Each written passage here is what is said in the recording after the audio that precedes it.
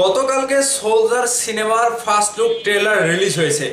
আর first look trailer দেখে রীতিমতো শাকিব খানকে নিয়ে সকলেই যেন প্রশংসার জোয়ারে ভেসে উঠেছে।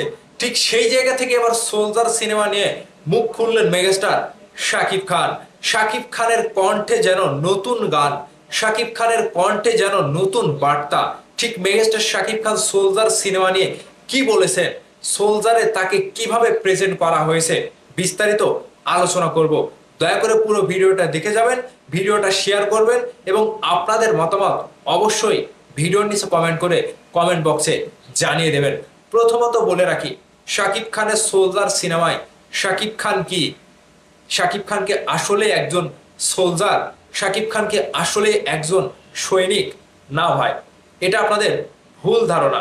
শাকিব খান হচ্ছে সাধারণ মানুষের একজন প্রতিনিধি, যিনি অন্যায়ের বিরুদ্ধে কথা বলে সাধারণ মানুষদের পাশে এসে দাঁড়াবে এবং অন্যায়কে যারা প্রতিহত করে, যারা যে সকল অন্যায়কে প্রতিহত করে সমাজের দেশের জন্য নিজেকে একেবারে মানুষের কাতারে নিয়ে এসে হাজির করে, ঠিক শাকিব খান ভাই সেই কথাটি বলেছে।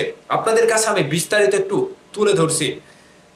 শাকিব খানের সোলজার সিনেমার মূল ভাবনাটা এমন, সিনেমাটি শুধুমাত্র যুদ্ধ বা দেশপ্রেম নয়, বরং এটি নতুন প্রজন্মের তরুণদের গল্প, যারা অন্যায়ের বিরুদ্ধে কথা বলে, ন্যায়ের পক্ষে দাঁড়ায় এবং দেশের জন্য কিছু করে দেখায় এবং করার স্বপ্ন দেখে।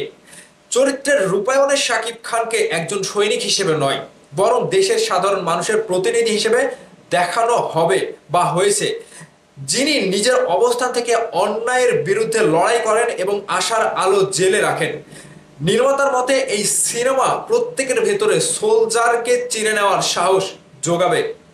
শাকিব খান এই ছবিতে সম্পূর্ণ নতুন লুকে এবং নতুন চরিত্রে বড়সড়ভাবে নিজেকে পরিবর্তন করে এসেছে।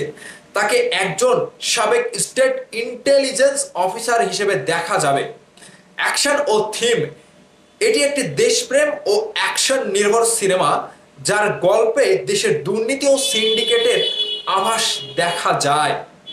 দেশের প্রত্যেকটা সিন্ডিকেট, দেশ নিয়ে যারা সিন্ডিকেট করে, দেশ নিয়ে যারা দেশের বিরুদ্ধে যারা ভেতরে ভেতরে দেশকে ধ্বংস করার একটা পরিকল্পনা করে, ঠিক সেই জায়গাতে মেগাস্টার শাকিব খান একজন সৈনিক হয়ে কিংবা সোলজার হয়ে সাধারণ মানুষের পাশে এসে দাঁড়াবে, সাধারণ মানুষের একজন প্রতিনিধি হয়ে দেশকে রক্ষায় তিনি মাঠে নামবে এবং নিজেকে উজাড় করে দেবে। আর সেই জায়গাতেই শাকিব খান ভাই তরুণদের মাঝে এসে নিজে একজন প্রতিনিধিত্ব করে তরুণদের ভেতরে একটা জ্ঞান ঢোকাবে যে হ্যাঁ, এই দেশকে যারা ভেতরে ভেতরে রাঘব বোয়ালের মতো বিক্রি করে খাচ্ছে, দেশের মেরুদণ্ডহীন করে ফেলছে, দেশকে অন্য দেশের কাছে বিক্রি করে দিচ্ছে, তাদেরকেই যেন চোখের আঙ্গুল দিয়ে দেখিয়ে দেবে তরুণ প্রজন্মের কাছে। ঠিক মেগাস্টার শাকিব খানের এই সিনেমাটিতে এমনভাবে গল্প সাজানো হয়েছে, যেখানে শাকিব খান ভাই নিজেই একটা সূত্র এনে দিয়েছে এবং সেই সূত্রটা হচ্ছে দেশের জন্য তুমি নাকি তোমার জন্য দেশ।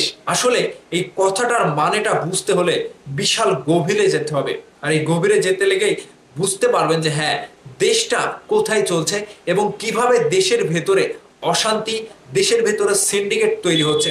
আপনারা যুদ্ধের সিনেমাগুলো দেখেছেন, যুদ্ধের সিনেমাতে ঠিক কি দেখানো হয়?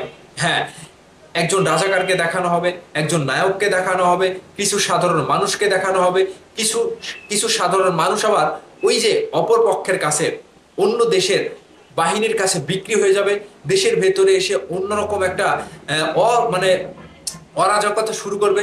এরকমই কিছু গল্প আমরা দেখেছি বিগত দিনে, যতগুলো যুদ্ধের সিনেমা দেখেছি। কিন্তু শাকিব খানের এই সিনেমাটিতে একমাত্র অন্যভাবে প্রেজেন্ট করা হচ্ছে এবং দেশের ভেতরে বড় বড় রাজনৈতিক কিংবা অনেক অনেক লিডার রয়েছে, তারা দেশকে কিভাবে সুন্দরভাবে অন্য দেশের কাছে বিক্রি করে দিচ্ছে কিংবা তারা মুখোশ পরে ভালো সেজে থাকার চেষ্টা করছে।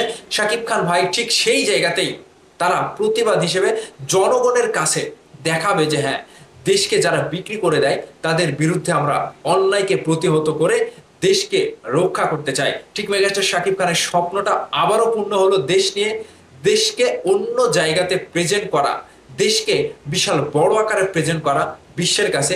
এই যে স্বপ্নটা শাকিব খান ভাই দেখেছিল সোলজার সিনেমার মাধ্যমে, তিনি সেটা প্রমাণ করে দেখিয়ে দিলেন। সো সাকিবিয়ানরা সোলজার নিয়ে শাকিব খান ভাইয়ের চিন্তা ভাবনা এবং সোলজারের যে একটা স্লোগান, দেশের জন্য তুমি নাকি তোমার জন্য দেশ, এই স্লোগানে তরুণ প্রজন্মকে শাকিব খান ভাই যেন জাগ্রত করে তুললো। ঠিক এই সিনেমাটি নিয়ে আপনাদের চিন্তা ভাবনা, আপনাদের ধ্যান ধারণা, মতামত ভিডিওর নিচে কমেন্ট করে অবশ্যই জানিয়ে দেবেন। ভালো থাকবেন সবাই।